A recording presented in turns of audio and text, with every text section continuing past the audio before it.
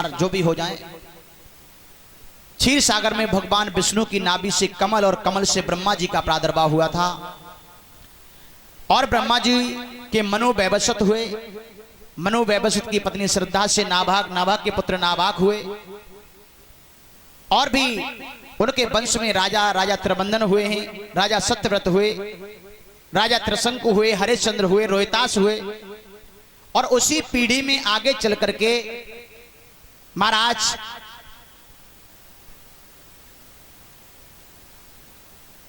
रघु हुए हैं और महाराज रघु के अज हुए, अज के दशरथ हुए, दशरथ के राम हुए, लवकुश हुए उसी पीढ़ी में। और राम का जन्म 39वीं पीढ़ी में हुआ था आकर के। तो सुखदेव मुनि बता रहे हैं परीक्षित जी महाराज को, राजन महाराज अज जो थे वो भी बहुत बड़े धर्मात्मा राजा थे, बहुत बड़े धर्मात्मा राजा हुए और परमात्मा के बड़े प्रिय भक्त भी हुए। और अज की दो संतानें थी, एक पुत्री और एक पुत्र। पुत्री का नाम था चंद्रकला और पुत्र का नाम था दशरथ। लेकिन महाराज अपनी पुत्री से बड़ा अत्यंत प्रेम किया करते थे, चंद्रकला से। और चंद्रकला बड़ी सुंदर थी, बड़ी सुशील सज्जन। कभी तो यहां तक कल्पना कर रहा है कि अरे थी चंद्र बदन उजियारी,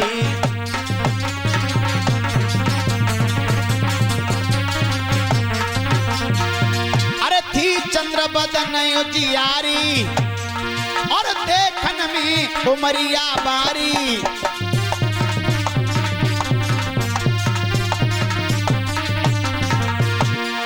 अरे जाकी छबे बरनी जाई, माता पिता है खुश दिल भारी।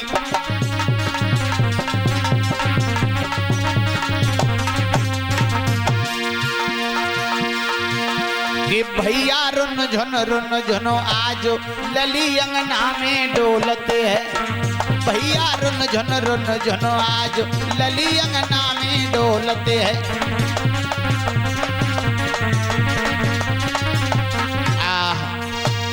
आज यही नहीं, धीरे धीरे चंद्रकला बड़ी होती गई हैं, लेकिन समझदार हुई जब वो बेटी तो रोजाना गंगा स्नान के लिए जाने लगी हैं, रोजाना गंगा स्नान के लिए जाती हैं।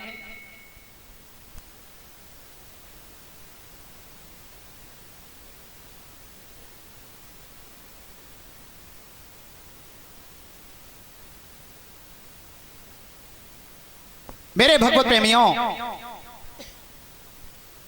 सुखदेव मुनि बता रहे हैं परीक्षित जी महाराज को, राजन नित्य गंगा स्नान के लिए जब वो बेटी जाती है तो उसी घाट पर एक ऋषि थे जिनका नाम था उद्यालक ऋषि, वो भी आते हैं गंगा स्नान के लिए। एक दिन की बात, चंद्रकला ने उद्यालक ऋषि को देखा और उद्यालक ऋषि ने चंद्रकला को देखा है गहरी निगाहों से। तो एक दूसरे से बात होती गई और बात होते होते आपस में प्रेम हो गया। और इतना प्रेम हो गया भगवत प्रेमियों, अटूट प्रेम। और भैया वहां एक समय वो आया कि चंद्रकला ने गर्भ धारण किया है। और भगवत प्रेमियों, किसी को कुछ नहीं मालूम, एक दिन की बात महाराज अज को मालूम पड़ गया कि हमारी बेटी ने तो हमें समाज में बैठने के लायक नहीं रखा। और कहा भी है या नाम निकाले रोटी और या फिर बेटी। और आजकल हम तो ऐसा देख रहे हैं महाराज, आजकल की संतानें मां बाप की साख को बिल्कुल खाक में मिला देती हैं। थोड़े से समय के लिए, थोड़े से सुख के लिए मां बाप की इज्जत को खाक में आजकल की संतानें मिला देती हैं। और ऐसा ही किया है चंद्रकला ने, जो कि अपने मां बाप की इज्जत को इज्जत नहीं समझा।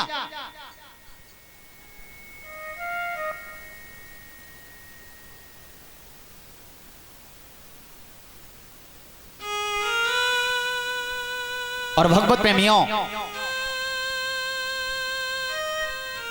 आजकल यज्ञपति महाराज मां बाप के बड़े अरमान होते हैं, हम अपने बेटे को पढ़ाएंगे, बेटे को पढ़ाएंगे, नौकरी दिलाएंगे, उसके बाद में अच्छे से घर से हम विवाह का संबंध जोड़ेंगे। ये अरमान होते हैं हर माँ बाप के अंदर। लेकिन मालूम पड़ा कि बेटे ने तो पहले ही शादी तय कर ली, पिताजी को पूछा भी नहीं। मां के बड़े अरमान होते हैं कि हम अपनी बेटी को ऐसे घर में पहुंचाऊंगी जो कि जीवन भर दुआएं दे, लेकिन मालूम पड़ा कि बेटी ने पहले ही विवाह तय कर लिया, तो अरमान खाक हो गए, अरमान धूल हो गए। बारी संतानें, बारी आज की औलाद जिसने बुजुर्गों की इज्जत को दांव पर लगा दिया। और कहा भी है कि क्यों भूल गया अपने को इंसान बाबरे।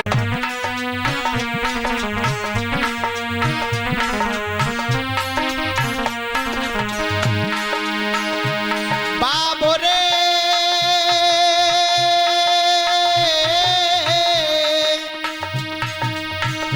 बाबरे बाबरे, सपना पुरखों का तूने किया तार तार रे।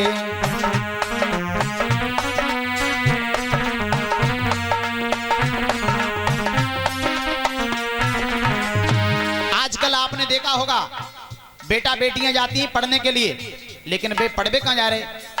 एक आगे मार्केट कर रहे हैं आराम से, एक आगे मार्केट में घूम रहे, फिरोजाबाद का मार्केट कर रहे हैं। पढ़ने जा रहे हैं क्या? नहीं जा रहे पढ़ने। शिक्षा को जाएं स्कूल पुत्र पुत्री, लेकिन कुछ और उनके मन में समाई है। मन में कुछ और घूम रहा है, पढ़ाई का कोई मतलब नहीं, पढ़ाई से कोई संबंध नहीं। स्कूल जाएं पुत्र पुत्र पुत्री, लेकिन कुछ और उनके मन में समाई है। और लोक लाज सारी सब रख दी ताक में, माँ बाप की साख खाक में मिलाई है।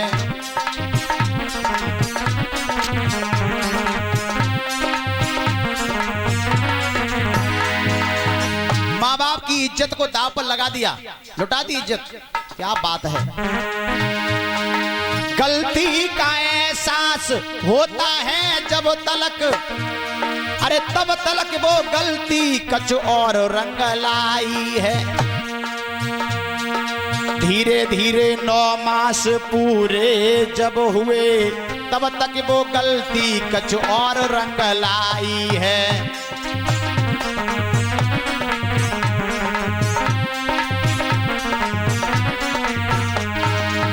और अब डाल गई बच्चे को बच्चे की मात रे। अरे सपना पुरखों का तूने किया तार तार रे।